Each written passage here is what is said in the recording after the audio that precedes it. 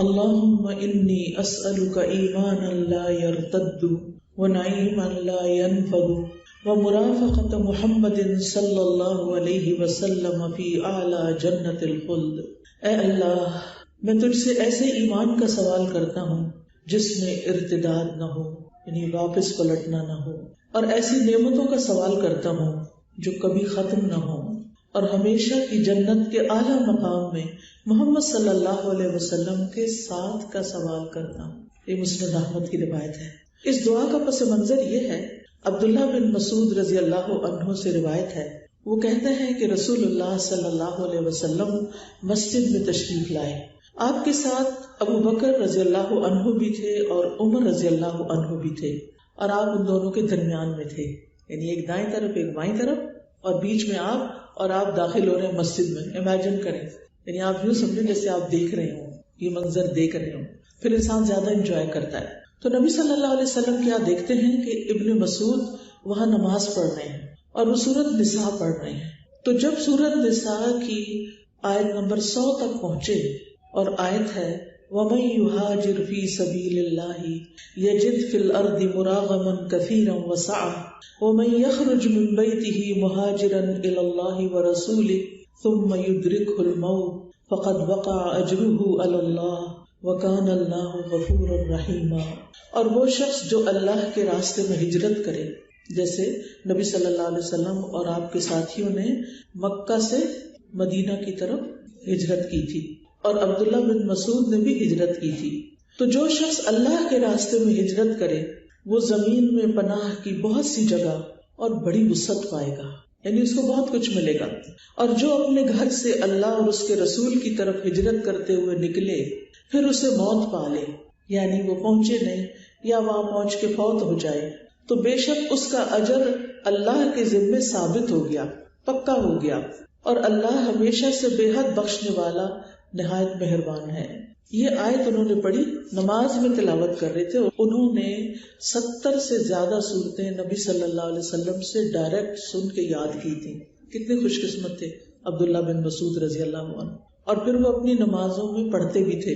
ہمارے یہاں تو یہ مشکل ہے، کوئی حفظ کر لیتا ہے اور پھر حفظ کر کے رکھ دیتا ہے، وہ اب میرے نام کے ساتھ حافظ لکھا گیا اس لیے میں نے حفظ کیا تھا کہ میں حافظ کہلاؤں، حافظ بن گیا ہوں، پارٹی بھی ہو گئی، دعوت بھی ہو گئی، تحفے بھی مل گئے حفظ کرنے کے، اور سب خوش ہو گئے، اور بس اتنا ہی کافی ہے۔ اس کے بعد اس کو رکھ دیتے ہیں، اس کو دہراتے نہیں، جبکہ ہماری نمازیں حافظوں کے لیے قرآن دہرائی کا بہترین طریقہ ہے کہ وہ اگر مقرر کر لینا فجر میں یہ پڑھنا ہے، ظہر میں یہ پڑھنا ہے، عصر میں یہ، مغرب میں، عشاء میں، تو ایک دن میں ایک سپارہ تو ہو ہی سکتا ہے نا، چلے ایک نہیں تو آدھا ہی صحیح، لیکن اس طریقے سے آپ روٹین میں پڑھتے رہتے ہیں۔ تو حضرت عبداللہ بن مسعود جو تھے وہ یہ پڑھ رہے تھے، اور ظاہر ہے کہ جب پڑھ رہے تھے تو اپنی ہجرت کو بھی یاد کر رہے ہوں گے اور اللہ کے اجر پر خوش بھی ہو رہے ہوں گے۔ وَكَانَ اللَّهُ غَفُورًا رَحِيمًا، اور اللہ ہمیشہ سے بے حد بخشنے والا نہایت مہربان ہے۔ اس کے بعد وہ قیام میں ہی، یعنی قیام کی حالت میں ہی دعا کرنے لگ گئے، یعنی پہلے تلاوت کر رہے تھے، تلاوت کرتے کرتے دعا کرنے لگ گئے۔ تو اس موقع پر نبی صلی اللہ علیہ وسلم نے فرمایا سوال کرو، یعنی مانگو، دعا کرو تمہیں دیا جائے گا، سوال کرو تمہیں دیا جائے گا۔ پھر فرمایا جو چاہتا ہے کہ وہ قرآن کو تر و تازہ پڑھے جیسے وہ نازل ہوا ہو تو وہ ابن ام عبد یعنی ابن مسعود کی قرات پر پڑھے۔ جب صبح ہوئی تو ابو بکر رضی اللہ عنہ ابن مسعود رضی اللہ عنہ کو خوشخبری دینے کے لیے گئے اور ان سے پوچھا کہ آپ نے گزشتہ رات کون سی دعا کی تھی، وہ کون سی دعا پڑھ رہے تھے؟ تو انہوں نے بتایا میں نے یہ دعا کی تھی اللہم انی اسألک ایمانا لا یرتد ونعیما لا ینفد ومرافقت محمد صلی اللہ علیہ وسلم فی اعلی جنت الخلد۔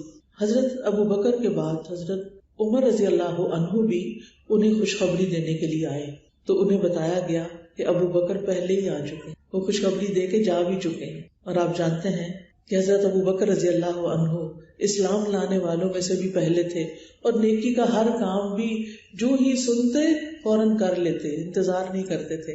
ہم تو سوچتے رہتے ہیں ابھی اور لوگ بھی تو نہیں کر رہے، اگر ہم نے نہیں کیا تو کیا ہوا، ہم نیچے کی طرف دیکھتے ہیں، وہ اوپر کی طرف دیکھتے تھے، ان کے درجات بلند تھے. تو انہوں نے کہا اللہ ابو بکر پر رحم فرمائے. حضرت عمر یہ کہہ رہے ہیں، دعا دے رہے ہیں اپنے ساتھی کو. اگر ہم ہوتے تو کہتے کیوں وہ کیسے آ گئے، وہ کیوں آ گئے، میں نے آنا تھا، وہی رونا شروع کر دیتے ہیں. لیکن انہوں نے اپنے ساتھی کو دعا دی اور کہا میں جب بھی ان سے خیر و بلائی میں مقابلہ کرتا ہوں وہ مجھ سے آگے بڑھ جاتے ہیں. یہ ان کی گواہی تھی ابو بکر رضی اللہ عنہ کے معاملے میں.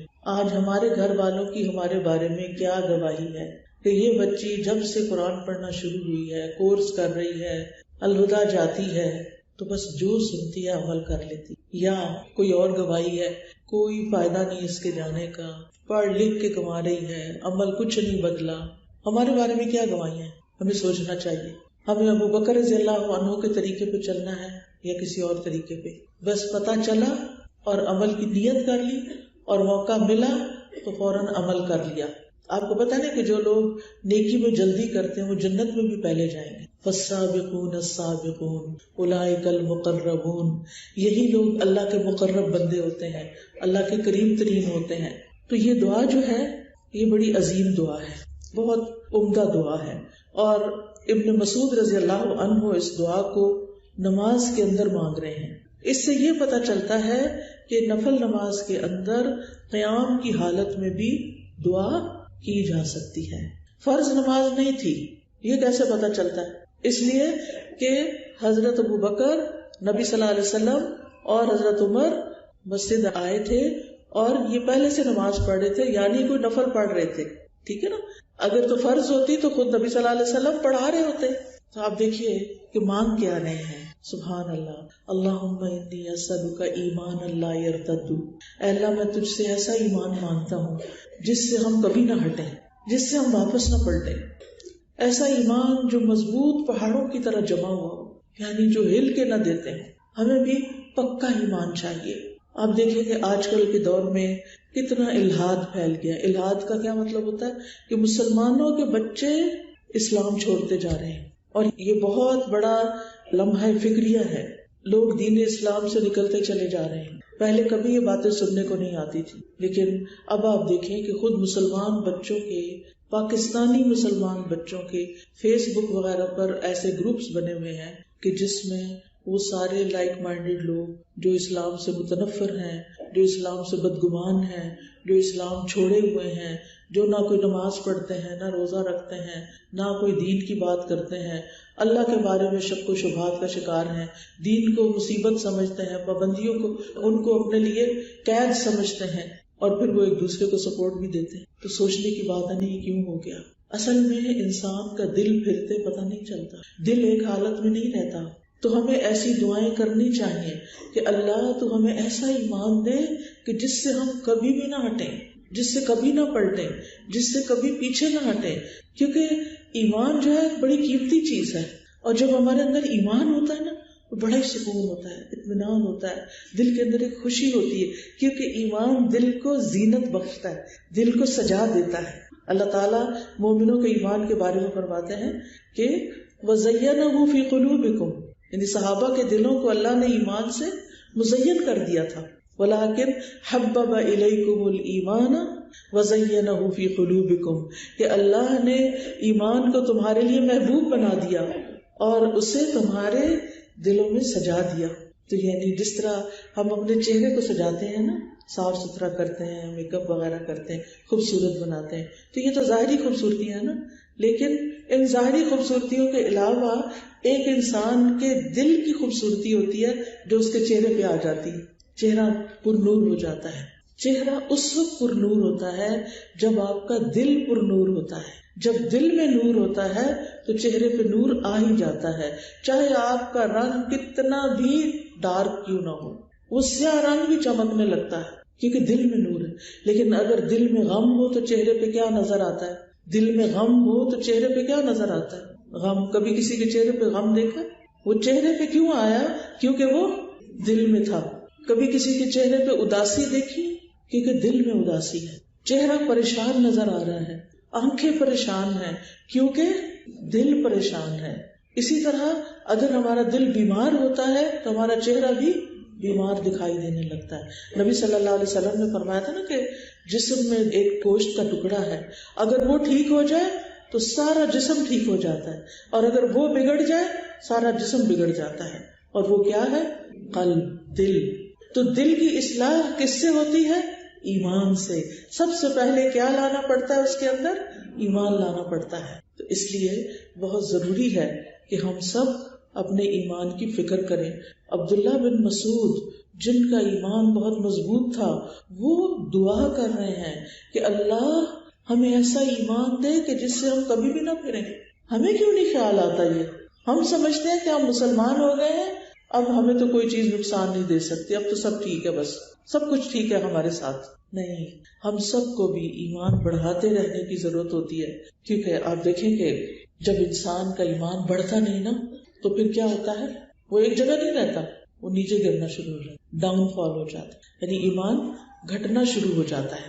ٹھیک ہے، یا ایمان اوپر جاتا ہے یا ایمان نیچے آتا ہے. اچھا، جب ایمان اوپر جاتا ہے تو پھر ہمارے دل کی حالت کیا ہوتی ہے، ہمارے عمل کی کیفیت کیا ہوتی ہے؟ جب ہمارا ایمان بڑھا ہوا ہوتا ہے تو پھر ہم کیا کرتے ہیں؟ عمل میں تیزی دکھاتے ہیں، ہر اچھا کام کرتے ہیں، عبادت بھی اچھی سے کرتے ہیں، نماز میں صرف سنت نہیں نفل بھی پڑھنے لگتے ہیں، اور روزہ بھی رکھنے لگتے ہیں، اور صدقہ خیرات بھی کرتے ہیں، اور ماں باپ کی خدمت بھی کرتے ہیں، اور ہمسایوں سے بھی اچھا سلوک کرتے ہیں. ایسے لگتا ہے ہم ہوا میں اڑ رہے ہیں، کیونکہ ہمارا ایمان بڑھا ہوا ہوتا ہے. اور جب ایمان کمزور ہوتا ہے تو پھر کیا ہوتا ہے؟ بستر پہ پڑ جاتے ہیں، ہم بیمار ہیں، اچھا اٹھتی ہوں نماز پڑھتی ہوں، امی کہتی ہیں اٹھو نماز پڑھو، اچھا ابھی اٹھ. یہ ایمان کی کمزوری کی علامت ہوتی ہے، ایمان نیچے گیا ہوا ہوتا ہے. لہٰذا کوئی ایسا کام کرنے کی ضرورت ہے کہ ایمان اپ ہو، ڈاؤن نہ ہو. جیسے بلڈ پریشر ہائی یا لو ہو تو انسان بیمار ہو جاتا ہے نا، ایسے ہی اگر ایمان لو ہو جائے تو انسان عملی طور پر، ایمانی طور پر بیمار ہو جاتا ہے. اس کو پھر ضرورت ہوتی ہے کہ وہ اپنے آپ کو اوپر اٹھائے. تو آپ دیکھیے کہ ایک تو یہ وہ ایمان مانگ رہے ہیں، دوسری کیا چیز مانگ رہے ہیں؟ وَنَعِيمًا لَا يَنْفَدُ، ایسی نعمتیں چاہیے جو کبھی ختم نہ ہو. دنیا کی کتنی نعمتیں ہیں جو کبھی ختم نہیں ہوتی؟ نام بتائیے اس نعمت کا جو ختم ہی نہیں ہوتی. کوئی بھی نہیں ہے دنیا میں، کوئی چیز ایسی نہیں جو باقی رہے گی. کل من علیہا فان، ہر چیز فنا ہونے والی ہے، ہر چیز ختم ہو جانے والی ہے. کل من علیہا فان وَيَبْقَى وَجْهُ رَبِّكَ ذُو الْجَلَالِ وَالْإِكْرَامِ. اس سے کیا پتہ چلتا ہے؟ اچھا، ہم جب دعا مانگتے ہیں اپنی زبان میں، ہم کیا دعا مانگتے ہیں؟ یا اللہ کیا دینا، یہ بھی دینا، وہ بھی دینا، وہ بھی دینا، چیزوں کے نام دیکھ رہا ہوں. کچھ دن پہلے میری کسی سے ملاقات ہوئی تو کہنے لگی کہ میرا بیٹا مسجد جاتا تھا، بچہ تھا تو مسجد جاتا تھا، تو میں پوچھتی واپسی پر تم نے کیا دعا مانگی؟ یا اللہ ہمیں بڑا سا گھر دے جس میں سوئمنگ پول ہو، یا اللہ ہمیں بڑی سی گاڑی دے اور ایک کالا کتا دے. بچہ ہے نا، بچوں کو بعض اوقات دیکھ دکھا کے کتوں کا شوق لگ جاتا ہے، لیکن ہم عام طور پر یہ نعمتیں مانگتے ہیں. ایسا ہی ہے نا، ہمارا ہم اور غم دنیا ہوتی ہے اور ہم مانگتے بھی صرف دنیا ہے. وَمِنَ النَّاسِ مَن يَقُولُ رَبَّنَا آتِنَا فِي الدُّنْيَا حَسَنَةً وَمَا لَهُ فِي الْآخِرَةِ مِنْ خَلَاقٍ. لوگوں میں سے کوئی ایسا بھی ہوتا ہے جو کہتا ہے اے ہمارے رب ہمیں دنیا میں ہی بھلائیاں دے دے، ایسے لوگوں کے لیے آخرت میں کچھ بھی نہیں. وَمِنْهُمْ مَن يَقُولُ رَبَّنَا آتِنَا فِي الدُّنْيَا حَسَنَةً وَفِي الْآخِرَةِ حَسَنَةً وَقِنَا عَذَابَ النَّارِ أُولَئِكَ لَهُمْ نَصِيبٌ مِّمَّا كَسَبُوا. کچھ ایسے ہیں جو کہتے ہیں اے ہمارے رب ہمیں دنیا میں بھی بھلائیاں دے اور ہمیں آخرت میں بھی بھلائیاں دے اور ہمیں آگ کے عذاب سے بچا لے. ایسے ہی لوگ ہیں جن کا حصہ ہے اس میں سے جو انہوں نے کمائی کی، یعنی جیسے عمل کر کے آئیں گے ویسا ہی ان کو مل جائے گا آگے. جنت مفت میں تو نہیں ملتی نا، کچھ کمائی کر کے آنی پڑتی، جنت کمانی پڑتی. مما کسب، تو جیسی کمائی ہوگی جنت کے کتنے درجے ہیں؟ 100.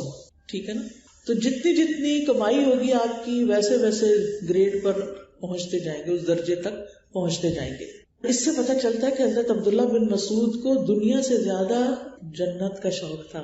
اللہ تعالیٰ مجھے ایسی نعمتیں چاہیے جو کبھی ختم نہ ہوں. یہ ختم ہونے والی چیزیں نہیں اچھی لگتی، کیونکہ جو چیز بہت اچھی لگتی ہے اور آپ کو بہت ساری مل جاتی ہے پھر اس کے بعد کیا ہوتا ہے؟ جب ختم ہو جاتی ہے تو جب وہ چلی جاتی ہے نعمت تو دکھ ہوتا ہے، آپ اداس ہو جاتے ہیں، آپ بے چین ہو جاتے ہیں. تو یہ بے چینی تو صرف جنت میں ہی ٹھیک ہو سکتی، جہاں انسان کو وہ ملے جو کبھی ختم نہ ہو. تیسری چیز انہوں نے کیا مانگی؟ وَمُرَافَقَةَ مُحَمَّدٍ صلی اللہ علیہ وسلم فی اعلی جنت الخلد. نبی صلی اللہ علیہ وسلم کا ساتھ چاہیے جنت الخلد میں، ہمیشگی کی جنت میں، اور اعلی جنت الخلد یعنی جنت الفردوس میں، کیونکہ نبی صلی اللہ علیہ وسلم نے ہمیشہ جنت الفردوس مانگنے کا حکم دیا. ابن مسعود کہتے ہیں اس کے بعد میں نے فرض یا نفل جو بھی نماز پڑھی اس میں یہ دعا ضرور پڑھی. اس کے بعد میں نے فرض یا نفل جو بھی نماز پڑھی اس میں یہ دعا ضرور پڑھی. تو اللہ تعالیٰ ہمیں بھی توفیق دے دے کہ ہم بھی اس دعا کو ضرور پڑھا کریں. تھوڑی سی بات ہم عبداللہ بن مسعود رضی اللہ عنہ کے بارے میں کرتے ہیں کہ وہ تھے کون، کس کس نے ان کے حالات پڑھے ہوئے ہیں. چند ایک ہاتھ ہیں، چلیں. اور جس نے پڑھے ہیں اس کو بھی ساری باتیں یاد نہیں ہوں گی، تو ایسے نیک لوگوں کے حالات کا کچھ تذکرہ کر لینا چاہیے. اس سے کیا فائدہ ہوتا ہے؟ نیک لوگوں کی کہانیاں پڑھنے سے، سننے سے کیا فائدہ ہوتا ہے؟ انسان کا ایمان بڑھتا ہے. انسان نہ دیکھتا میں کہاں اور وہ کہاں، وہ کیا کچھ کرتے تھے اور میں کیا کر رہی ہوں. انہوں نے اپنی زندگیوں کو اتنے اچھے کام میں لگایا اور میں کن بیکار کاموں میں لگی ہوئی ہوں. انہوں نے یہ سب کچھ کر لیا تو میں نے بھی کچھ کرنا ہے.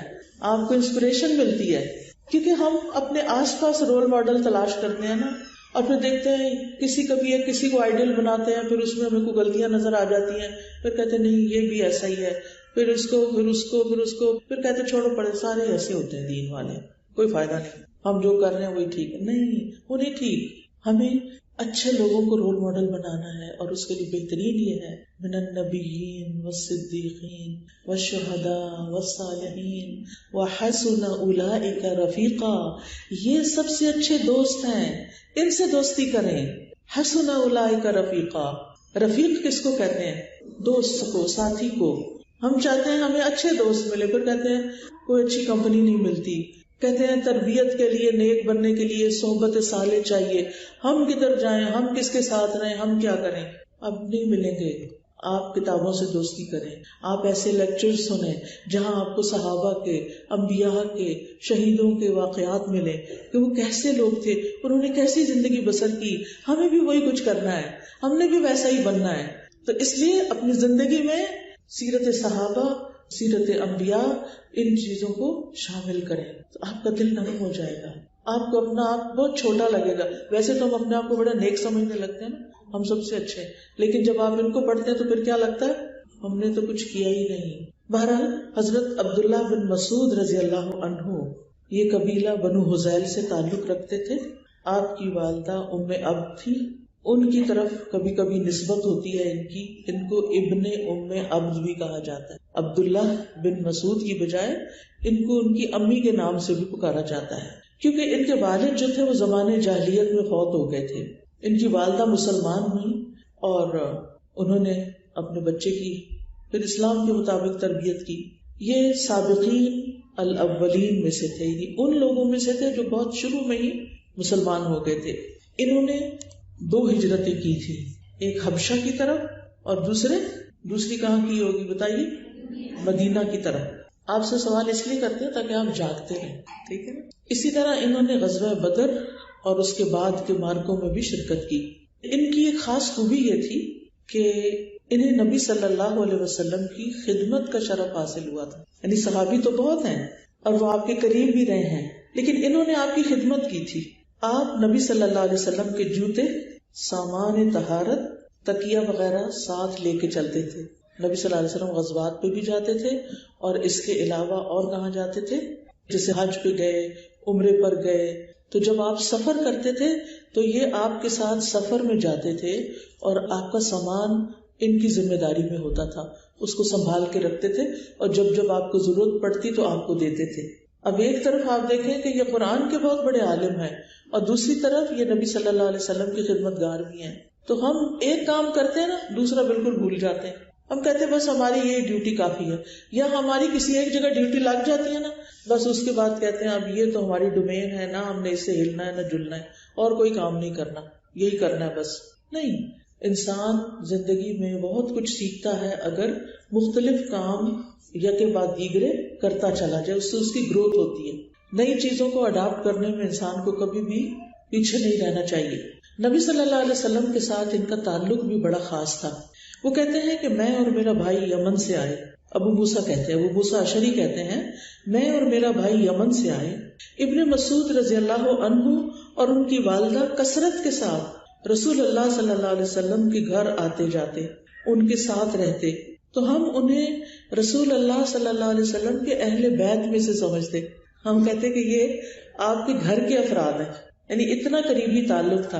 ابن مسعود کہتے ہیں کہ رسول اللہ صلی اللہ علیہ وسلم نے مجھ سے فرمایا تمہارے لیے میرے پاس آنے کی اجازت یہ ہے کہ پردہ اٹھا دیا جائے اور یہ کہ تم میری راز کی باتیں سن لو یہاں تک کہ میں تمہیں منع کر دوں. یعنی تم میری ساری باتیں سن سکتے ہو سوائے ان کے کہ جہاں میں تمہیں منع کروں کہ یہ نہیں سننا. اور اس کو وہ مائنڈ بھی نہیں کرتے تھے کہ کیوں نہیں سننی. ہمیں تو اگر کوئی کسی چیز سے روک دے کہ یہ کر لو یہ نہیں کرنا تو بگڑ بیٹھتے ہیں. جب ہم ٹیم ورک کر رہے ہوتے ہیں نا، ایک اجتماعی کام کر رہے ہوتے ہیں، تو ہمیں اس چیز کا خیال کرنا چاہیے کہ جو ہمیں انسٹرکشن ملی ہیں ان کو ہم پراپرلی فالو کریں.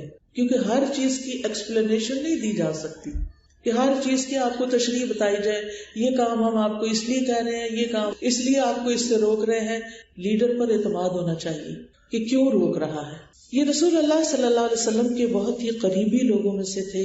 تو اس کے بارے میں عبد الرحمن بن یزید کہتے ہیں ہم حذیفہ رضی اللہ عنہ کے پاس آئے تو ہم نے ان سے کہا آپ ہمیں بتائیے کہ لوگوں میں چال ڈھال میں رسول اللہ صلی اللہ علیہ وسلم سے سب سے زیادہ قریب کون ہے کہ ہم اس کے طور طریقے کو اختیار کریں. ہم بھی اپنی چال ڈھال ویسے بنائیں. لوگ اتنی محبت کرتے تھے نبی صلی اللہ علیہ وسلم سے کہ اپنا چلنا پھرنا بھی ویسا ہی بنانا چاہتے تھے. اور یہ کہ ہم اس کی باتیں سنیں جو نبی صلی اللہ علیہ وسلم کے پاس زیادہ رہا.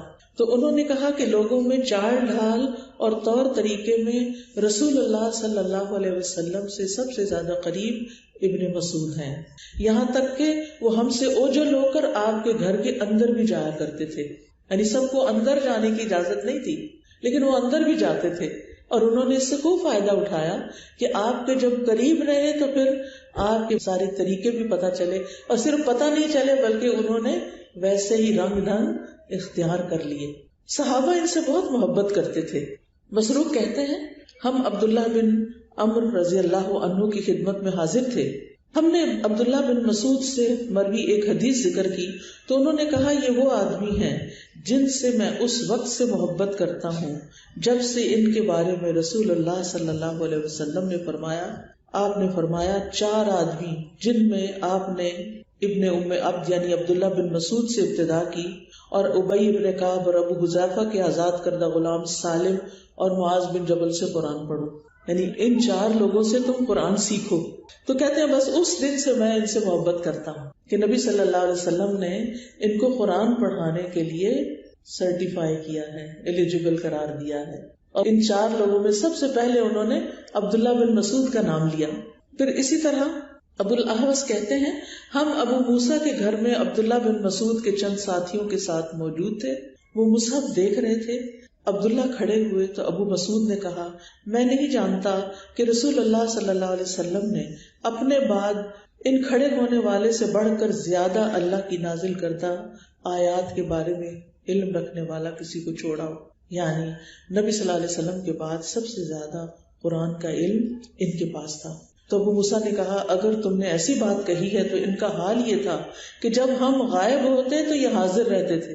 ہم تو اپنے گھروں کو چلے جاتے اور یہ نبی صلی اللہ علیہ وسلم کے ساتھ ہوتے، اور جب ہمیں حاضر ہونے سے روک دیا جاتا تھا تو ان کو اجازت مل جاتی تھی. تو اس لیے انہوں نے زیادہ سیکھا. اگر زندگی میں آپ کو بھی کسی عالم کے ساتھ رہنے کا اتفاق ہو، چاہے وہ آپ کے والد ہوں، چاہے وہ آپ کی والدہ ہوں، چاہے وہ آپ کی کوئی استاد ہوں یا کوئی بھی، تو ان سے علم کی باتیں ضرور سیکھیں، ان کے علم سے ضرور فائدہ اٹھائیں. مجھے اپنی زندگی میں سب سے زیادہ جس ہستی سے فیض اٹھانے کا موقع ملا اور سیکھنے کا موقع ملا وہ میرے اپنے ہی والد تھے. ان کے دن رات میں نے دیکھے تھے، ان کی علم سے محبت دیکھی تھی، ان کے علم سے قرآن سے خاص طور پر محبت دیکھی. پھر انہوں نے خود قرآن پڑھایا، پھر انہوں نے نصیحتیں کی کہ اس کو آگے پہنچانا ہے. اور یہ انہی کی نصیحتوں اور دعاؤں کا اثر تھا اور تعلیم کا اثر تھا کہ دل میں قرآن کی ایسی محبت پیدا ہوئی کہ بس اس کے بغیر چین ہی نہیں آتا. اب آپ دیکھیں ہمارے مدارس سے بے شمار لوگ علم حاصل کر کے نکلتے ہیں، لیکن ان کے اپنے بچے ہی ان کو نہیں پوچھتے بعض اوقات، تو تکلیف ہوتی ہے نا.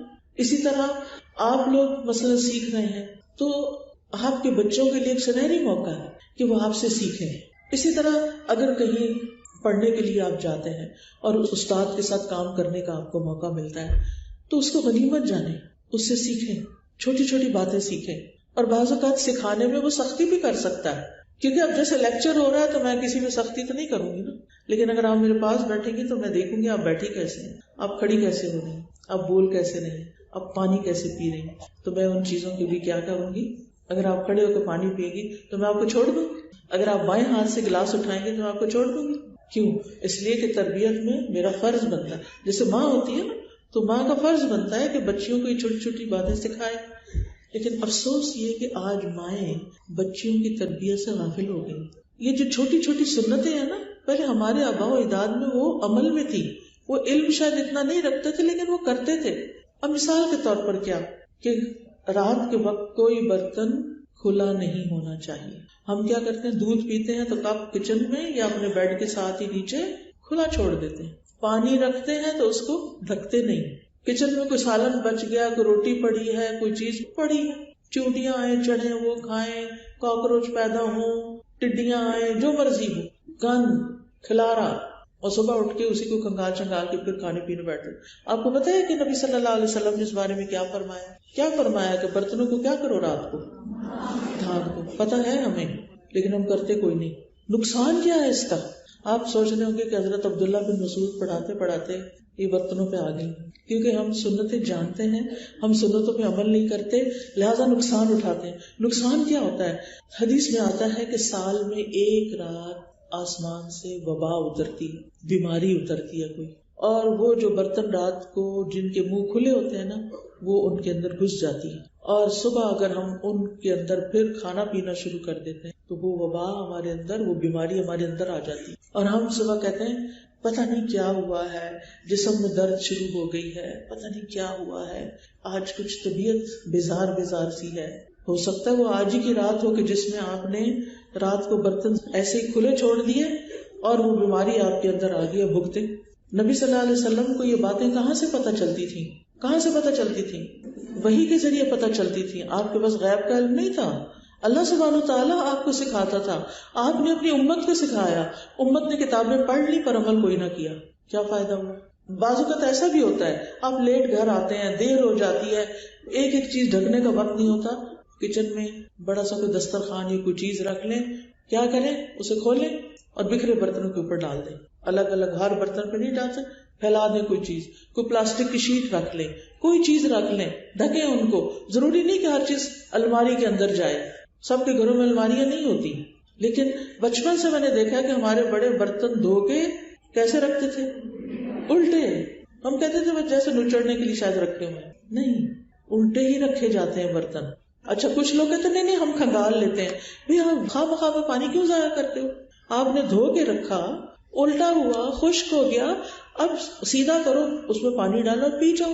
کیونکہ اگر آپ اس کو دوبارہ کھنگال رہے ہیں تو آپ کو پتا ہے کہ اگر 10 گلاس آپ نے دن میں استعمال کیے ہیں 10 دفعہ اور 10 دفعہ کھنگالا ہے تو 10 گلاس تو شاید پیے بھی نہ، اور 10 ساتھی کے ہم جب ٹیپ کھولتے ہیں ایسے کھول دیتے ہیں جو دریا بہ رہا ہے. دریا پر بھی کتنا پانی استعمال کرنا چاہیے؟ صرف ضرورت کا.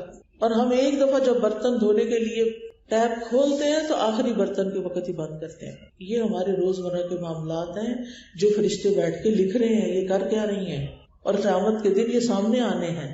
صرف وہ نماز کے وقت نہیں حاضر ہوتے، وہ سارا دن حاضر رہتے ہیں. وَإِنَّ عَلَيْكُمْ لَحَافِظِينَ كِرَامًا كَاتِبِينَ يَعْلَمُونَ مَا تَفْعَلُونَ. ان کو سب پتہ تم کر کیا رہے. تو اس لیے بہت ضروری ہے کہ ہم کسی انسان کے ڈر سے نہیں، ہم اللہ کے ڈر سے، اپنی عاقبت کے ڈر سے، کیا ہوگا ہمارے ساتھ، ہم اپنے طریقے درست کر لیں. پھر آپ دیکھیے یہ سمجھدار معلم تھے. ابن مسعود کہتے ہیں میں بلوغت کے قریب لڑکا سا تھا. عقبہ بن ابی معیط کی بکریاں چراتا تھا. ایک دن نبی صلی اللہ علیہ وسلم اور ابو بکر رضی اللہ عنہ مشرکین سے بچ کر نکلتے ہوئے میرے پاس سے گزرے. فرمایا اے لڑکے کیا تمہارے پاس دودھ ہے کہ ہمیں پلاؤ؟ میں نے عرض کیا میں تو اس پر امین ہوں، میں آپ کو کچھ نہیں پلا سکتا. تو نبی صلی اللہ علیہ وسلم نے فرمایا کیا تمہارے پاس کوئی ایسی بکری ہے جس پہ نر جانور نہ کودا ہو؟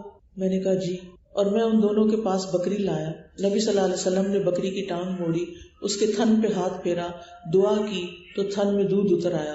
پھر ابو بکر رضی اللہ عنہ ان کے پاس ایک ایسا پتھر لے کر آئے جو اندر سے گہرا تھا، یعنی جیسے پیالہ ہوتا ہے. آپ نے اس کے اندر دودھ دوہا، خود بھی پیا، ابو بکر نے بھی پیا، پھر میں نے بھی پیا. پھر آپ نے تھن سے مخاطب ہو کے فرمایا سکڑ جاؤ. وہ تھن دوبارہ سکڑ گئے. تھوڑی دیر بعد میں آپ کی خدمت میں حاضر ہوا اور عرض کیا مجھے بھی یہ بات سکھا دیجیے. آپ نے فرمایا تم بڑے سمجھدار بچے ہو. کہتے ہیں کہ پھر میں نے آپ کے مبارک منہ سے 70 سورتیں یاد کی جن میں مجھ سے کوئی جھگڑا نہیں کر سکتا. ان کی زندگی بدل گئی. اور پھر یہ کہ قرآن کے ماہر تھے. وہ کہتے ہیں قسم اس ذات کی جس کے سوا کوئی معبود نہیں، اللہ کی کتاب میں کوئی سورت ایسی نہیں مگر میں اس کو جانتا ہوں کہ وہ کس چیز کے بارے میں نازل ہوئی. کوئی آیت ایسی نہیں جس کے بارے میں یہ نہ جانتا ہوں وہ کس کے بارے میں نازل ہوئی. اگر مجھے معلوم ہو جائے کہ کوئی شخص اللہ کی کتاب مجھ سے زیادہ جاننے والا ہے اور اس تک صرف اونٹوں پر ہی پہنچا جا سکتا ہے تو میں سوار ہو کر اس کی طرف جاؤں کہ اور سیکھوں. اتنا سیکھنے کا شوق تھا. اتنا کچھ جاننے کے باوجود وہ کہتے ہیں اگر مجھ سے زیادہ کوئی بھی جانتا تو میں اس سے سیکھوں گا. اچھا ہمارا سیکھنے کا حال کیا ہوتا ہے؟ ہم نے قرآن پڑھ لیا. آپ میں سے کچھ لوگ ایسے ہوں گے کہ جنہوں نے پورا کورس کر لیا ہوگا. آپ قرآن کھول کے اپنے آپ سے پوچھا کریں یہ آیت کس کے بارے میں؟ اگر مجھے یاد نہیں تو مجھے دوبارہ پڑھنے کی ضرورت ہے، مجھے اپنا علم دہرانے کی ضرورت ہے. کیونکہ یرفع اللہ الذین آمنوا منکم والذین اوتوا العلم درجات. اللہ ایمان والوں کے درجات بلند کرتا ہے اور وہ لوگ جو علم دیے گئے ان کے درجات تو اور بلند ہیں. ہر آیت کے بدلے درجہ بلند ہوگا. قیامت کے دن کیا کہا جائے گا؟ اقرا ورتقی، پڑھتا جا اور چڑھتا جا. تو اگر آیت کا مطلب ہی نہیں یاد رہا، نہیں سمجھ آ رہی تو پھر تو اس لیے بہت ضروری ہے کہ اپنے علم کو تازہ کرتے رہیں. یہ نبی صلی اللہ علیہ وسلم کے حکم کی فوراً تعمیل کرتے تھے. یعنی جو ہی ان کو کوئی حکم ملتا اسی وقت کر لیتے تھے. ضد نہیں لگا کے بیٹھ جاتے تھے کہ نہیں میری مرضی تو کچھ اور ہے، میں تو کچھ اور کرنا چاہتا ہوں. رسول اللہ صلی اللہ علیہ وسلم جمعہ کے دن ایک دفعہ ممبر پہ اچھی طرح بیٹھ گئے تو آپ نے لوگوں سے بھی فرمایا کہ لوگوں بیٹھ جاؤ. تو عبداللہ بن مسعود رضی اللہ عنہ نے جو ہی آپ کی آواز سنی وہ مسجد کے دروازے پہ تو ادھر ہی بیٹھ گئے. جب دیکھا آپ نے کہ آپ تو وہیں بیٹھ گئے تو آپ نے فرمایا ابن مسعود آگے آ جاؤ. پھر اسی طرح ان سے علم حاصل کرنے کے لیے شاگرد انتظار کرتے تھے. یعنی انہوں نے اتنا کچھ سیکھ لیا تھا کہ لوگ یعنی ان کے پاس آنے کے لیے یعنی ترستے تھے.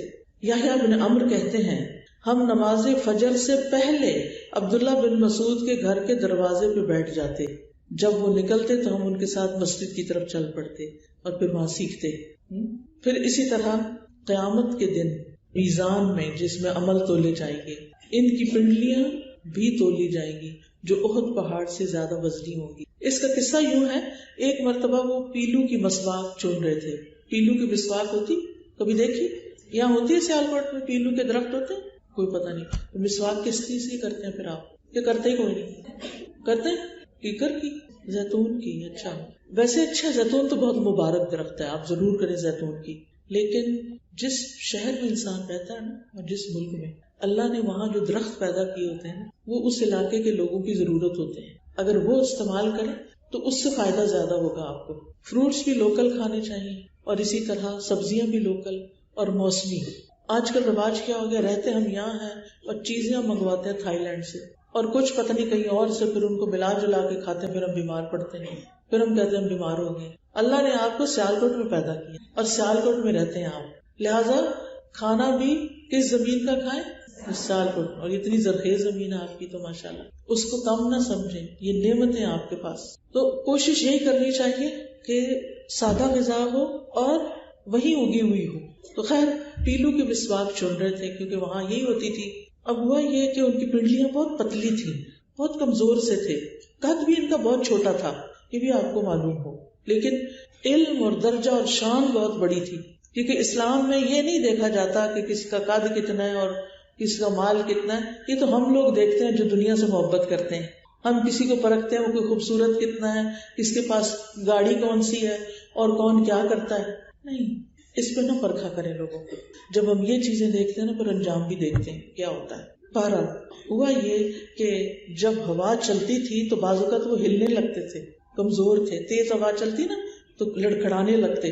لوگ دیکھ کر ایک دفعہ ہنسنے لگ گئے. تو آپ نے پوچھا کیوں ہنس رہے؟ لوگوں نے کہا اللہ کے نبی صلی اللہ علیہ وسلم ان کی پتلی پتلی پنڈلیاں دیکھ کے. آپ نے فرمایا اس ذات کی قسم جس کے ہاتھ میں میری جان ہے، یہ دونوں پنڈلیاں میزان میں احد پہاڑ سے زیادہ وزنی ہوں. آپ کو معلوم ہے کہ قیامت کے دن ہمارے اعمال نامے بھی تولے جائیں گے، یعنی جو فرشتے لکھ رہے ہیں جس چیز پہ بھی لکھ رہے ہیں وہ سارا بھی تولا جائے گا اور ہمیں بھی تولا جائے گا. وہ سورۃ کہف میں آتا ہے نا آخری آیات میں، لا نقیم لہ یوم القیامت وزنا، قیامت کے دن ہم اس کو کوئی وزن نہیں دیں گے. ایک شخص جو شرک کرتا ہوگا، کفر کرتا ہوگا یا غلط کام کرتا ہوگا، وہ قیامت کے دن آئے گا اور اس کا وزن دنیا میں بہت بھاری بھرکم تھا، لیکن وہاں مچھر کے پر برابر بھی اس کا وزن نہیں ہوگا، اس کی نیکیوں میں اس کا وزن نہیں جائے گا. اس کا مطلب ویسے نہیں ہے کہ ہم اپنا وزن بڑھانا شروع کر دیں. زیادہ وزن اچھا نہیں ہوتا، اللہ یہ کہ کوئی بیماری ہے تو وہ ٹھیک نہیں ہوتا، وہ تو ہر ایک کے ساتھ ہوتا ہے. اللہ نے ہر ایک کی الگ فزیک بھی بنائی ہوئی ہے. لیکن آپ پتلے سے پتلے بھی ہوں گے نا، لیکن اگر آپ کا ایمان زیادہ ہے تو آپ کا وزن وہاں زیادہ ہی ہو جائے گا. تو اصل چیز ہے ایمان، پہاڑوں جیسا ایمان جو اندر جمع ہو، جس میں کسی قسم کی کوئی لغزش نہ ہو. عبداللہ بن مسعود رضی اللہ عنہ بہت بڑے عالم بھی تھے، قرآن کے عالم تھے، حدیث کے عالم تھے، فقہ کے عالم تھے. حضرت عمر رضی اللہ عنہ نے ان کو کوفہ بھیجا تاکہ لوگوں کو دینی امور کی تعلیم دے، معلم بنا کر. عثمان رضی اللہ عنہ نے آپ کو کوفہ کا گورنر مقرر کیا، لیکن کچھ عرصے کے بعد پھر انہیں واپس مدینہ بلا لیا اور انہوں نے مدینہ میں ہی 32 ہجری میں حضرت عثمان کی شہادت سے پہلے ہی ان کی وفات ہو گئی اور بقیع الغرقد میں دفن ہوئے. جس کو آپ جنت البقیع کہتے ہیں، اس کو جنت البقیع نہ کہا کریں، اس کا نام ہے بقیع الغرقد یا مقبرۃ البقیع. جنت دنیا میں کوئی نہیں ہے، ٹھیک ہے، جنت کہاں ہے؟ مرنے کے بعد ہی انسان جنت میں داخل ہوگا. اس وقت آپ کی عمر 70 سے کچھ اوپر سال تھی. تو انہوں نے علم والے تھے نا، ان کو 3 چیزیں بڑی ہی پسند تھی. ایک ایمان کا بڑھنا، دوسرے جنت کا حصول، اور تیسرے جنت میں بھی محمد صلی اللہ علیہ وسلم کا ساتھ. کتنے سیانے تھے، کتنی اعلیٰ چیزیں مانگی. مانگنے والے کے سوال سے بھی پتہ چلتا ہے کہ وہ کتنا عقل مند ہے. تو اس دعا سے نبی صلی اللہ علیہ وسلم نے ان کو کہا جو مانگو گے دیا جائے گا، مانگو اور مانگو. تو انہوں نے پھر کبھی یہ دعا چھوڑی نہیں کہ اگر یہ مل ہی جائے گا تو مانگتے چلے جاؤ تاکہ پکا ہو جائے. اب آپ دیکھیں کہ ابن مسعود جو تھے وہ یہ دعا پڑھتے تھے. ہمیں بھی نفل نماز میں قرات کرتے ہوئے کھڑے ہو کر بھی، جیسے نبی صلی اللہ علیہ وسلم جب نفل پڑھتے تھے تو آپ بیچ میں لمبی لمبی صورتیں پڑھتے تھے نا، آپ کے قدم مبارک سوج جاتے تھے. آپ نے حدیث میں یہ بھی پڑھا ہوگا کہ آپ قرات کے دوران جہاں جنت کا ذکر آتا تو کیا کرتے؟ جنت کا سوال کرتے، اور اگر جہنم کا ذکر آتا تو کیا کرتے؟ جہنم سے پناہ مانگتے. تو یہ نماز کے اندر کرنا جائز ہے، نفل نماز میں، ٹھیک ہے. نبی صلی اللہ علیہ وسلم فرض نماز میں قرات میں ایسا نہیں کرتے تھے. اس کی کیا وجہ ہے؟ کیونکہ ورنہ تو نماز بہت لمبی ہو جائے نا لوگوں کے پیچھے. تو نماز میں عورتیں بھی شریک ہوتی تھی، بعض اوقات بچے روتے تھے. تو آپ صلی اللہ علیہ وسلم فرض نماز کو بہت لمبا نہیں پڑھاتے تھے، مختصر کرتے تھے تاکہ سب کے لیے آسانی ہو. کوئی بیمار ہوتا ہے، کوئی سفر سے تھکا ہوا آتا ہے، کوئی عورت ہے، یہ نہیں کہتے تھے کہ عورتیں نہ آئیں تاکہ ہم لمبی نماز پڑھیں. نہیں، سب کا لحاظ رکھتے ہوئے آپ نماز پڑھاتے تھے. ایک دفعہ حضرت معاذ بن جبل تھے تو انہوں نے لمبی نماز پڑھائی. جو ایک شخص نے نماز توڑ دی، اس نے نبی صلی اللہ علیہ وسلم سے شکایت کی. آپ ان سے ناراض ہوئے، کہا افتان انت یا معاذ، آپ لوگوں کو فتنے میں ڈال رہے ہیں معاذ. یعنی آپ کو لمبی نماز کا شوق ہے، سب کو تو نہیں ہو سکتا نا. تو اگر آپ امام بنے، یہاں ایک مسئلہ سیکھ لیں. آپ میں سے کچھ حافظات ہوں گی، رمضان میں وہ تراویح پڑھاتی ہوں گی، تراویح تو ٹھیک ہے، لیکن اگر تراویح کے علاوہ کبھی کوئی نماز پڑھانی پڑے تو فرض نماز مختصر ہو، اپنی الگ گھر میں نفل نماز بہت لمبی پڑھے. ہم کیا کرتے ہیں، گھر میں نماز جلدی جلدی، اور اگر کبھی لوگوں کو نماز پڑھانی پڑے تو خوب لمبی. یہ کس لیے؟ ایسا کیوں ہوتا ہے نہیں پتا، دکھاوے کا عنصر آ جاتا ہے. تو اس لیے اس سے پرہیز کرنا چاہیے. تو بہرحال اکیلے آپ پڑھ رہے ہیں، اللہ نے آپ کو حفظ کی سعادت بخشی ہے، کوئی رحمت والی آیت آئے تو اللہ سے رحمت کا سوال کرے، عذاب والی آیت آئے تو عذاب سے پناہ مانگے کہ اللہ ہمیں بچا لے. پھر اسی طرح یہ ہے کہ رات کی نماز ہو یا دن کی نماز، دونوں جگہ آپ ایسے کر سکتے ہیں. اب یہاں ہم دیکھ رہے ہیں کہ ابن مسعود ایمان کا سوال کر رہے ہیں. ایمان کیا چیز ہے؟ ایمان ہوتا کیا ہے؟ ایمان جس میں کوئی شک نہ ہو، کامل ایمان، مکمل ایمان، مضبوط ایمان. تو ایمان کیا ہے؟ ایمان کا لفظی معنی ہوتا ہے تصدیق کرنا، کسی چیز کو سچا ماننا اور اس کا اقرار کرنا. اور شرعی طور پر ایمان سے مراد ہوتا ہے دل میں عقیدہ رکھنا، زبان سے اقرار کرنا اور اعضاء کے ساتھ عمل کرنا. تو کسی بھی چیز کے بارے میں جو ٹھوس آپ کا عقیدہ ہوتا ہے، جس میں کوئی شک نہیں ہوتا، پورا یقین ہوتا ہے آپ کو اس پر، وہ ایمان کہلاتا ہے. جیسے اس وقت میں آپ کو دیکھ رہی ہوں تو مجھے کوئی شک نہیں کہ میں اس وقت سیالکوٹ میں بیٹھی ہوں، ہیریٹیج مارکی میں بیٹھی ہوں، اور میں اپنے اسٹوڈنٹس کو اور آڈینس کو دیکھ رہی ہوں. آپ کو کوئی شک ہے کہ آپ مجھے دیکھ رہے ہیں؟ نہیں شک نا، یہ یقین ہے نا.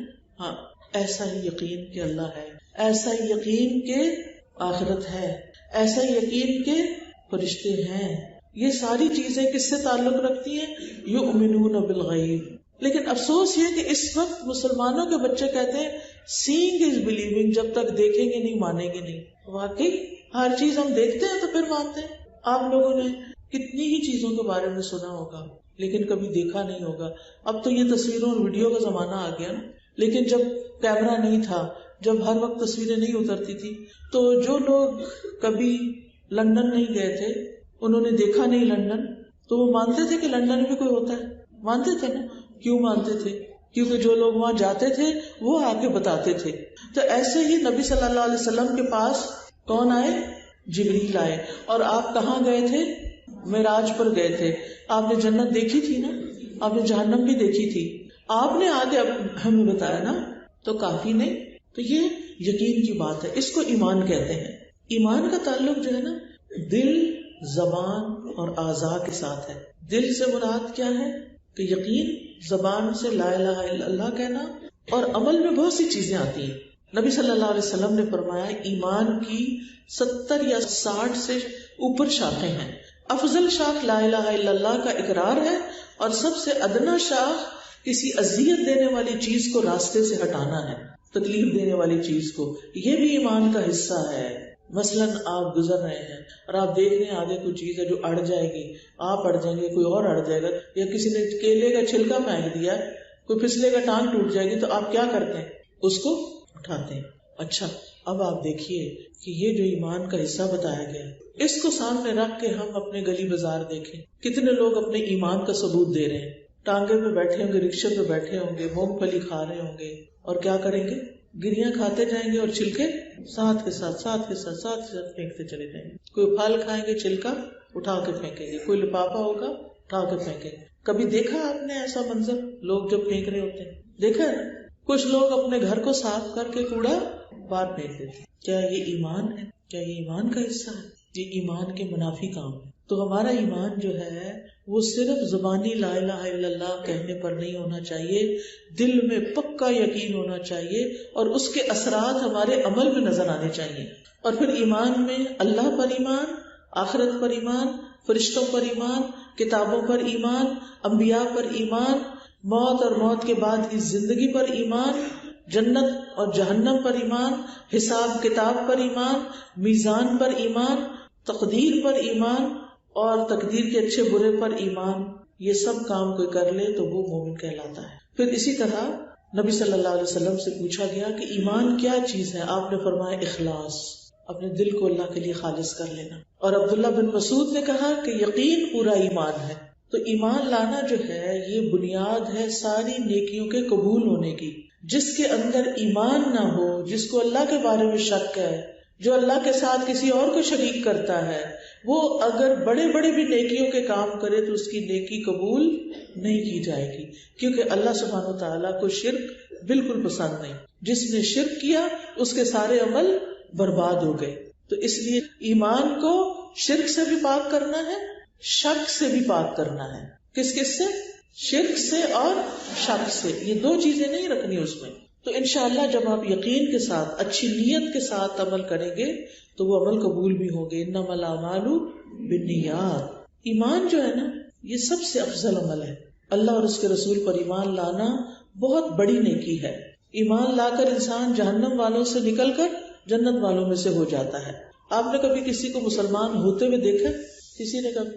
آپ تو ایسے شہر میں رہتے ہیں جہاں بہت سے لوگوں کو مسلمان کر سکتے ہیں، لیکن ادھر تو ہمارا دھیان ہی کوئی نہیں. ہمارے گھروں میں نان مسلم کام کرتے ہیں، ہم ان کو اسلام کو کچھ نہیں بتاتے. ہم اپنے بچوں کو نہیں بتاتے، ان بیچاروں کو کہاں سے بتائیں گے؟ اگر آپ اپنے بچوں سے آج گھر جا کے پوچھیں ایمان کیا ہوتا ہے، دیکھیں پھر کیا جواب دیتے ہیں. اپنے بہن بھائیوں سے، چھوٹے بہن بھائیوں سے پوچھیں اور ان کو بتائیں کہ ایمان کیا چیز ہے، کہ اللہ تعالیٰ پر، اس کے فرشتوں پر، اس کی کتابوں پر، اور جو میں نے چیزیں ساری بتائی ہیں ان کے اوپر پکا یقین کہ سب ایگزسٹ کرتی ہیں چیزیں. ایمان اتنی قیمتی چیز ہے کہ اس کے بغیر کوئی جنت میں نہیں جا سکے گا. اور جو ایمان نہیں لاتے ان کے لیے آخرت میں سخت سزا ہے. جب کوئی ایمان لے آتا ہے تو اس کو سیدھے راستے کی ہدایت مل جاتی ہے، اللہ کا ساتھ مل جاتا ہے، اس کو روشنی نصیب ہوتی ہے، پاکیزہ زندگی نصیب ہوتی ہے، دنیا اور آخرت میں اس کے لیے خوشخبریاں ہیں، غموں سے نجات مل جاتی ہے.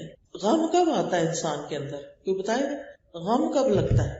انسان غمگین کیوں ہوتا ہے؟ اور اگر کسی بات پر آپ کو کوئی غم لگا ہو تو آپ دیکھیں، سوچیں، اپنے آپ سے پوچھیں کہ کیوں لگا مجھے غم. جب کوئی ہماری پیاری چیز چھن جاتی یا چھننے کا ہمارے خوف لگا ہوتا ہے، یا پھر کوئی مرضی کے خلاف چیز ہو جاتی ہے نا ایسی، اس میں بھی غصہ بھی آتا ہے. جب مرضی کے خلاف کوئی کرے، آپ کسی کو کوئی کام کر رہے ہو آگے مان ہی نہیں رہا، آپ کو غصہ آئے گا نا. تو اسی طرح آپ کا پین کھو گیا، کتنے لوگ ہیں جو کہیں گے اچھا خیر ہے کوئی بات اللہ اور دے گا. آپ کے بیگ میں جو پیسے تھے وہ کسی نے نکال لی، آپ نے اتنا سنبھال کے رکھا، پھر بھی جیب کاٹ لی. ہوتا ہے نا ایسے؟ تو آپ کہتے ہیں اچھا کوئی بات نہیں، یہ اس کی قسمت کے پیسے تھے. کہتے ہیں ایسے؟ کیا ہوتا ہے اس وقت؟ غم لگ جاتا ہے نا، دل سے بات جاتی نہیں. ہائے میں نے اتنی مشکلوں سے اکٹھے کیے تھے، میری سارے مہینے کی تنخواہ تھی، یہ تو میرے ابا نے مجھے دیے تھے، یہ تو ایسے تھا، یہ تو ویسے تھا. کھا رہی ہیں، پی رہی ہیں، سو رہی ہیں، جاگ رہی ہیں، اور دھیان کدھر لگا ہوا؟ پیسوں پہ لگا ہوا. اچھا اب جس شخص کا جتنا ایمان مضبوط ہوگا نا اتنی جلدی اس سے باہر نکل آئے گا. وہ کیا کہے گا؟ انا للہ و انا الیہ راجعون، اللہم اجرنی فی مصیبتی واخلف لی خیرا منہا، اللہم انی امتک بنت امتک بنت عبدک ناصیتی بیدک ماض فی حکمک عدل فی قضاؤک اسألک بکل اسم هو لک سمیت به نفسک او انزلته فی کتابک او علمته احدا من خلقک او استأثرت به فی علم الغیب عندک ان تجعل القرآن العظیم ربیع قلبی ونور بصری وجلاء حزنی وذہاب ہمی وغمی. غم کے موقع پر یہ پڑھنے والے سے کیا وعدہ کیا گیا ہے؟ اللہ اس کے غم کو کس میں بدل دے گا؟ خوشی میں بدل دے گا. ہم پڑھتے ہیں غم کے وقت؟ نہیں پڑھتے، ہمیں بھول ہی ہو گئی ہوتی ہے. پہلی دفعہ جب میں نے یہ دعا پڑھی مجھے اتنی اچھی لگی، میں نے اس کو اپنے ہاتھ سے لکھا. اس وقت فوٹو کاپیئر کم ہی ہوتے تھے اور بہت شروع کی بات ہے. اپنے ہاتھ سے لکھا اور اس کو لگا لیا سامنے. میں نے تو اس کو یاد کرنا ہے کیونکہ چھوٹی چھوٹی چیزوں پہ ہم غمگین ہو جاتے ہیں. میں نے کہا اچھا اس سے غم دور ہو جاتا ہے، چلو ٹھیک ہے. تو آپ میں سے جن جن لوگوں کو کوئی غم لگا ہوا ہے، کوئی فکر لگی ہوئی ہے، کوئی پریشانی لگی ہوئی ہے، تو یہ پڑھنا شروع کر دیں. اچھا اور کیا پڑھیں گے؟ اللہ اللہ ربی لا اشرک بہ شیئا، اللہ اللہ ربی. رب کون ہوتا ہے؟ پالنے والا. یہ پیسے کے پالنے والے یا رب ہے پالنے والا؟ کوئی انسان بے وفائی کرتا ہے، چھوڑ کے چلا جاتا ہے. کچھ عورتیں ہوتی ہیں نا، ان کے شوہر چھوڑ کے چلے جاتے ہیں، کچھ کے تو باہر چلے جاتے ہیں کمائی کرنے، پھر وہیں کمائی کر کے وہیں شادی کر لیتے ہیں، وہیں رہنے لگ جاتے ہیں، واپس ہی نہیں آتے. عجیب عجیب غم کی داستانیں ہیں لوگوں کی. کسی کا بچہ گھر چھوڑ کے چلا جاتا ہے، کسی کو جاب سے نکال دیا جاتا ہے، کئی طرح کے غم ہیں. کسی کا بزنس چلا جاتا ہے. اب جس کے اندر ایمان ہوگا نا وہ فوراً اللہ پہ توکل کرے گا، وہ اللہ کو تھام لے گا، وہ دعائیں پڑھے گا، وہ کہے گا اللہ میرا رب، لوگ چلے گئے نا کوئی بات نہیں، اللہ میرا رب، اللہ تو ہے نا، وہ میرا ساتھ دے گا، میں اکیلی نہیں ہوں. لا تحزن، اپنے آپ کو کہا کرے لا تحزن ان اللہ معنا.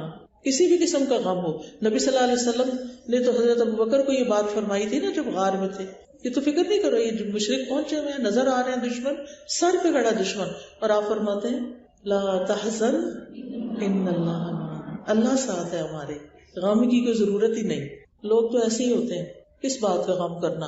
اگر لوگ چلے گئے ہیں تو یہ دنیا بھی ساری چلی جائے گی، اور اگر دنیا نہیں بھی گئی تو میں نے تو دنیا سے چلی جائے۔ تو پھر کیا دعا پڑھے؟ اللہم انی اسألک ایمانا لا یرتد، اللہ چیز گئی ہے ایمان نہ جائے، پیسے چوری ہو گئے ہیں ایمان نہ جائے۔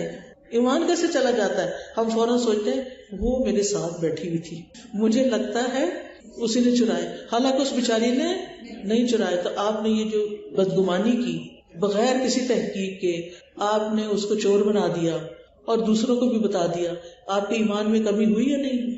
سارے گناہ ایمان میں کمی کرتے ہیں۔ اچھا، پھر آپ چل پڑے نجومی کے پاس، کوئی آتی ہے تو آپ اسے کہتے ہیں میرے ساتھ یہ ہوگا، آپ کہتے ہیں میں تمہارا بابے کے پاس لے جاؤں، وہ ایک عمل کرے گا تمہارے پیسے واپس آ جائیں گے، وہ تمہیں بتائے گا کہ کون چور ہے، وہ کہتا ہے وہ تمہارے گھر کے پاس ہی رہتی ہے، وہ تمہاری اپنی رشتے دار ہے، تو آپ کہتے ہیں کون میرے گھر کے قریب اور کون میری رشتے دار، آپ خواہ اس پہ تہمت لگا دیتے ہیں۔ تو کسی پہ تہمت لگانے سے ایمان جاتا ہے یا نہیں؟ تو پھر کیا کرنا ہے؟ اللہ کو پکارنا ہے، رنج و غم کی دعائیں پڑھنی ہے، اللہ کو رب رازق سمجھنا ہے، لوگوں کو نہیں۔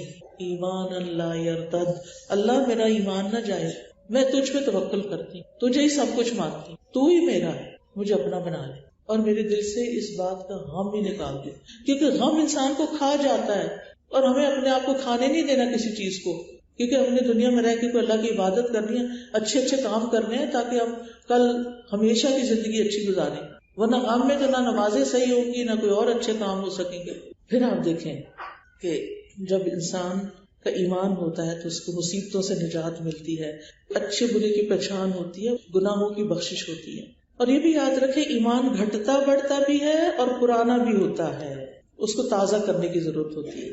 آج تازہ ہو رہا ہے کچھ، الحمدللہ، ایسی مجلسوں میں شریک ہوا کریں، یہ نہ کریں بڑے کام پڑے ہیں، کپڑے بھی دھونے، آج تو اتوار ہے، نہانا بھی ہے، بچوں کو بھی نہلانا ہے، اتنے کام ہیں، اب ہم کہیں درس میں چل پڑیں، کوئی بات نہیں، سارے کام ہو جائیں گے، تو ہر اتوار تو نہیں ہوتا نا۔ تو جہاں کہیں آپ کو پتا ہو کہ کوئی اچھا واعظ ہو رہا ہے، اچھی نصیحت کی بات ہے، جمعہ پڑھنے جایا کریں، اس سے کیا ہوتا ہے؟ ایمان بڑھتا ہے۔ اور پھر